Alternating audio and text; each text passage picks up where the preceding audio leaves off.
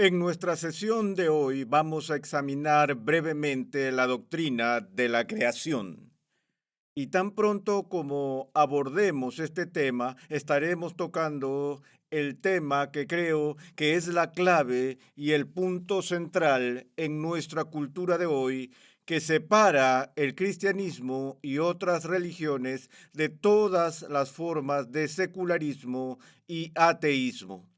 Aquellos que han sido defensores del ateísmo y del secularismo han apuntado sus armas casi exclusivamente a la doctrina de la creación cristiana y judeocristiana, porque entienden este punto que si podemos socavar el concepto de creación divina, toda la vida cristiana y la cosmovisión colapsa, porque de primera importancia a la fe judeocristiana es el concepto de que este mundo en el que vivimos no ha surgido como un accidente cósmico, sino que es el resultado de la obra directa, sobrenatural y con propósito de un creador. Si puedes deshacerte de eso, como dije, toda la casa colapsa como una casa de naipes. Así que no es extraño para mí que el debate se haya librado férreamente en nuestros días por todo este tema de la creación. Ahora bien, la primera frase de la Sagrada Escritura expone esta afirmación vital sobre la cual se establece todo lo demás. Y las palabras de esa primera frase van así: en el principio creó Dios los cielos y la tierra. Y hay tres puntos fundamentales que se afirman en esa primera frase de la Escritura, todos los cuales están en disputa en nuestros días. La primera es que hay un comienzo. Segundo, que hay un Dios. Y tercero, que hay una creación. Ahora, uno pensaría que si el primer punto pudiera establecerse con firmeza, los otros dos seguirían por necesidad lógica. Es decir, si realmente hay un comienzo en el universo, entonces debe haber algo o alguien que sea responsable de ese comienzo. Y obviamente, si hay un comienzo, debe haber algún tipo de creación. Pero lo sorprendente del ambiente contemporáneo en el que se debaten estos temas es que en su mayor parte, aunque no universalmente, pero en su mayor parte, la mayoría de las personas que adoptan diversos puntos de vista del secularismo reconocen un comienzo dentro del tiempo para el universo. Los defensores, por ejemplo, de la teoría del Big Bang de la cosmología dicen que hace 15 a 18 mil millones de años el universo comenzó, y comenzó como resultado de esta gigantesca explosión. Como he dicho en otras ocasiones, un físico muy respetado hizo el comentario de que hace 15 a 18 mil millones de años el universo explotó y llegó a ser. Y si llegó a ser por explosión, la pregunta inmediata es: si explotó para ser, ¿de qué explotó? ¿De no ser nada? Y eso es, por supuesto, una idea absurda. Pero eso, lo irónico, es que la mayoría de los secularistas concederán que el universo tuvo un comienzo, pero todavía rechazarán la idea de la creación y la idea de la existencia de Dios. Ahora, el aspecto singular en la que prácticamente todos estamos de acuerdo es que hay algo como un universo. Algunos pueden alegar que lo que llamamos el universo, la realidad externa a la realidad para nosotros mismos, no es más que una ilusión y que el mundo no existe, incluso mi propia autoconciencia puede ser una ilusión. Pero de nuevo, eso plantea la pregunta de que solo el solipsista más recalcitrante trataría de argumentar de tal manera que nada existe. Porque para argumentar que nada existe, tú tienes que existir para hacer el argumento. Pero en todo caso, dada la verdad de que algo existe por allí y que hay un universo, los filósofos y teólogos históricamente han mirado eso y han hecho la pregunta básica: ¿por qué hay algo en vez de la nada? Y de hecho, esa es la pregunta filosófica más antigua que quizás existe. ¿Por qué existe algo? Y aquellos que han tratado de responder esa pregunta han visto que básicamente solo hay tres opciones para explicar la realidad a medida que la encontramos en nuestras vidas. La primera es que el universo mismo es autoexistente y eterno. Ahora, dije hace unos momentos que el consenso de la abrumadora mayoría entre los secularistas es que el universo tuvo un comienzo y no es eterno. Pero me detuve a decir que todo el mundo tiene esa posición porque hay quienes en el pasado e incluso hoy han argumentado que el mundo material es eterno y siempre ha estado allí y tiene el poder de la existencia dentro de sí mismo, de modo que el universo es autoexistente y eterno. La segunda opción es que el universo fue creado por algo o alguien que es autoexistente y eterno. Ahora, tengan en cuenta que estas dos primeras opciones tienen un elemento común muy importante para ellos. Ambas opciones argumentan que algo es autoexistente y eterno. Y la tercera opción, volveremos luego a esos dos primeros, la tercera opción es la opción que yo llamo autocreación. La idea de que el universo no siempre existió, sino que en el análisis final vino a existir repentinamente, dramáticamente, por su propio poder. Ahora, tengo que decir en este punto que la mayoría de las personas que niegan el número uno y el número dos y argumentan que el universo emergente no utilizará el lenguaje de la autocreación porque entienden, espero, que este concepto, el concepto de autocreación, es un absurdo lógico, que se trata manifiestamente de una declaración analíticamente falsa. Uno solo necesita pensar en ello por 5 segundos para ver eso. Ese es el caso. Porque para que cualquier cosa se crea a sí misma, debe ser su propio creador. Eso significaría que tendría que existir antes de que se hiciera a sí mismo y por lo tanto tendría que existir antes de que lo fuera, lo que significa que tendría que ser y no ser al mismo tiempo y en la misma relación, que viola la ley más fundamental de la razón que existe, la ley de la no contradicción. Así que este concepto de autocreación es manifiestamente absurdo, contradictorio e irracional. No solo para sostener tal punto de vista sería una mala teología, sino que sería igualmente una mala filosofía y o una mala ciencia, porque la ciencia, así como la filosofía, se basa en las leyes irrefutables de la razón.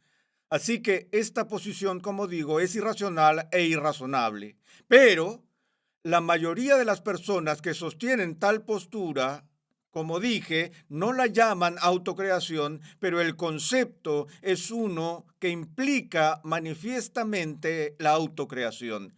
Pensamos, por ejemplo, en la era de la Ilustración, donde uno de los aspectos principales de la Ilustración era la suposición de que la hipótesis de Dios ya no es necesaria para explicar la presencia del universo externo. Este fue el gran descubrimiento de la Ilustración que llevó a que el hacha esté puesta a la raíz del árbol de la síntesis clásica en la cual la Iglesia gozaba de tanto respeto en el ámbito filosófico a lo largo de la Edad Media, porque los filósofos no podían negar la necesidad racional de una primera causa eterna o de la existencia de Dios. Pero el descubrimiento de la Ilustración, cuando las luces se encendieron, fue el descubrimiento de que la hipótesis de Dios ya no era necesaria para explicar el mundo, porque la ciencia había avanzado hasta tal punto que una explicación alternativa podría ser suficiente y servir para explicar la presencia del universo sin una apelación a una trascendente, autoexistente, eterna primera causa o a un Dios. Y en el siglo XVIII, ese descubrimiento fue el descubrimiento de lo que se llamó entonces la generación espontánea. La idea de la generación espontánea es que algo se generó espontáneamente sin una causa anterior. Simplemente llegó a existir por sí sola. Ahora, de nuevo, si uso el lenguaje que uso y lo llamo autocreación, es muy fácil ver que esa noción es autocontradictoria. Pero si lo llamo por otro nombre, llamo a la rosa un tulipán, tal vez pueda hacerlo pasar si lo llamo generación espontánea, pero conceptualmente estoy diciendo lo mismo. Y cuando la generación espontánea se redujo justa y legítimamente a lo absurdo en el mundo científico, hasta cierto punto, los conceptos alternativos buscaron otro lenguaje para reemplazarlo. Recuerdo haber leído un ensayo de un físico ganador del premio Nobel en el que él, muy sobria y académicamente, hizo el comentario de que los días en que podemos afirmar la generación espontánea han terminado y reconoció que la generación espontánea era una imposibilidad filosófica. Dijo que ahora tenemos que sustituir a la generación espontánea por el concepto de generación espontánea gradual. ¿Qué, qué significa esto? Que no se puede obtener algo de la nada rápidamente. Lleva mucho tiempo que algo se cree, pero dado el tiempo suficiente y la nada suficiente, esa nada puede de alguna manera trabajar el poder para traer algo a la realidad. No estoy bromeando cuando les digo que fue un físico muy respetado, como digo, ganador del premio Nobel, que escribe este ensayo en el que aboga por la generación espontánea gradual. Pero por lo general, el término que se utiliza en el lugar de la autocreación es la idea de la creación al azar. Creación al azar, donde otra forma de falacia lógica se pone en juego, y esa es la falacia de la ambigüedad. Y la falacia de la ambigüedad tiene lugar cuando en medio de un argumento, a veces muy sutilmente, las palabras que son palabras clave en el argumento cambian su significado. Y aquí es donde vemos esto con absoluta claridad en términos del uso de la palabra azar. Porque la palabra azar es una palabra perfectamente buena en nuestro idioma, y es una palabra que es muy útil en las investigaciones científicas porque el azar es una palabra que describe para nosotros las posibilidades matemáticas. Podemos decir que si hay 50,000 moscas en una habitación cerrada, que hay probabilidades estadísticas que se pueden utilizar para mostrar cuál es la probabilidad de que un cierto número de moscas estén en cualquier metro cuadrado de esa habitación en un momento dado. Y así, en los esfuerzos por poder predecir las cosas científicamente, elaborar ecuaciones complejas de cocientes de posibilidades es una iniciativa muy importante y legítima de la vocación científica. Pero una cosa es usar el término azar para describir una posibilidad matemática. Otra cosa es cambiar repentinamente el uso del término para usar el término azar como si fuera algo que tuviera poder creativo real, algo que tendría la capacidad de hacer que las cosas existan o incluso de efectuar cambios entre las cosas que ya existen. Para que el azar tenga la oportunidad de influir en algo, para que el azar tenga algún impacto o afecte en cualquier cosa en el mundo, fuera del mundo, tendría que ser algo que posea poder. Pero el azar no es nada. El azar es simplemente un concepto intelectual que describe las posibilidades matemáticas. No es nada, no tiene poder. Y decir que el universo surgió por azar, si quieres decir con eso que el azar ejerció cierto poder para traer un universo a la realidad, de nuevo estás regresando a la idea de autocreación, porque el azar no es nada, no es una cosa, no tiene poder, no tiene ser.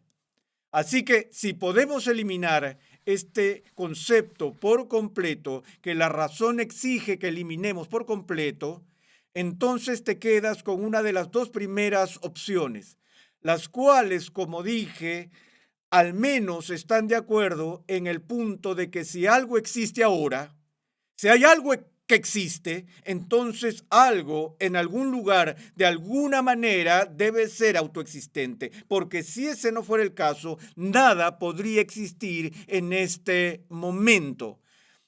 Y una de las leyes absolutas de la ciencia que tenemos es esta ley: ex nihilo nihil fit,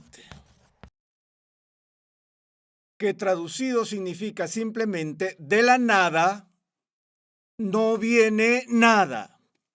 En jerga simple podría traducirse para decir no puedes obtener algo de la nada. Si todo lo que tienes es nada, eso es todo lo que tendrás, porque nada no puede producir algo. Así que el principio aquí es que si alguna vez hubo un momento en que no hubo absolutamente nada, entonces podríamos estar absolutamente seguros de que hoy, en este preciso momento, todavía no habría absolutamente nada.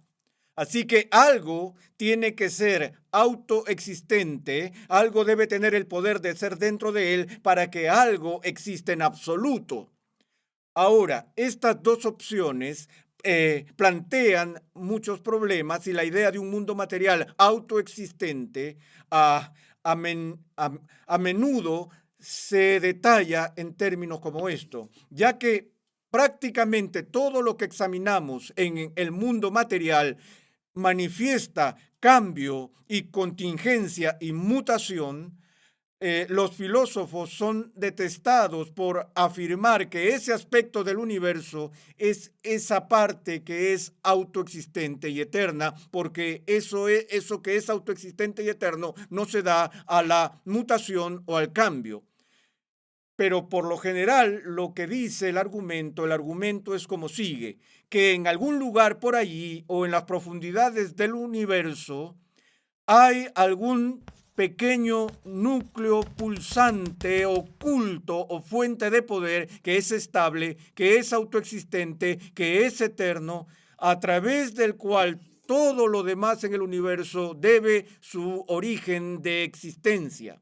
Y los materialistas en este punto argumentarán que no hay necesidad de que un Dios trascendente explique el universo material, porque el núcleo eterno y palpitante de la existencia se puede encontrar dentro del universo en lugar de trascenderlo aquí arriba, allá afuera, en el más allá.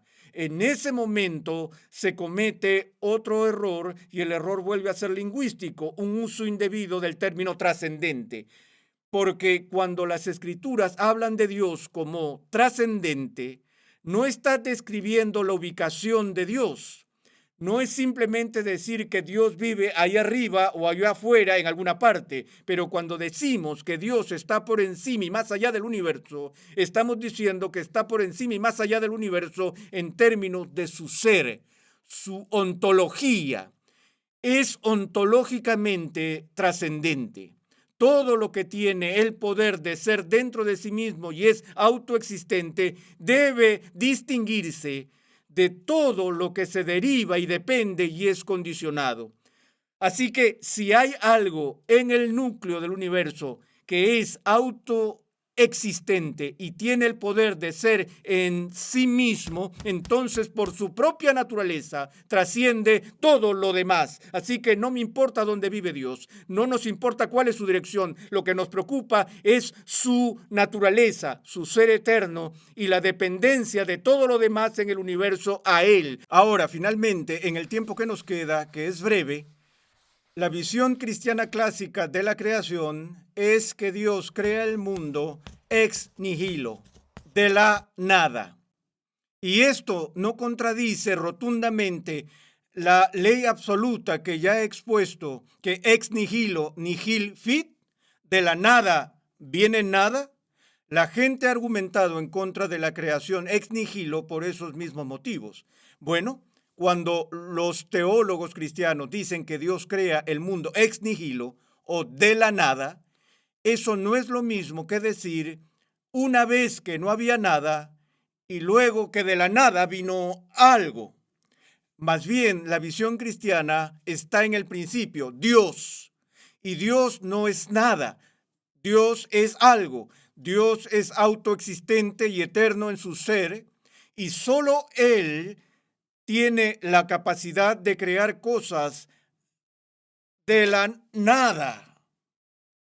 Dios puede llamar mundos a la existencia. Este es el poder de la creatividad en su sentido absoluto, que solo Dios lo tiene, la capacidad de crear materia, no reformarla y reconfigurarla a partir de algún material preexistente. Cuando hablamos de creatividad en el ámbito artístico, hablamos de la capacidad de alguien para tomar un bloque cuadrado de mármol y darle forma y configurarlo en una hermosa estatua, o tomar un lienzo liso y un poco de pintura y transformar eso, reordenando los pigmentos en una hermosa pintura. Pero así no es como Dios cree el universo. No hay materia que exista, pero Dios llama al mundo a ser y su creación es absoluta en el sentido de que no está simplemente dando forma, configurando y arrastrando alrededor de las cosas que ya existían. La Escritura nos da solo la descripción más breve de cómo lo hace. Todo lo que la Biblia nos da es lo que llamamos el imperativo divino o el fiat divino, donde Dios crea por el poder y la autoridad de su mandato. Dios dice, sea y es. Ese es el imperativo divino, porque ni siquiera nada puede resistirse al mandato de Dios, quien trae al mundo y todo lo que está en él en existencia.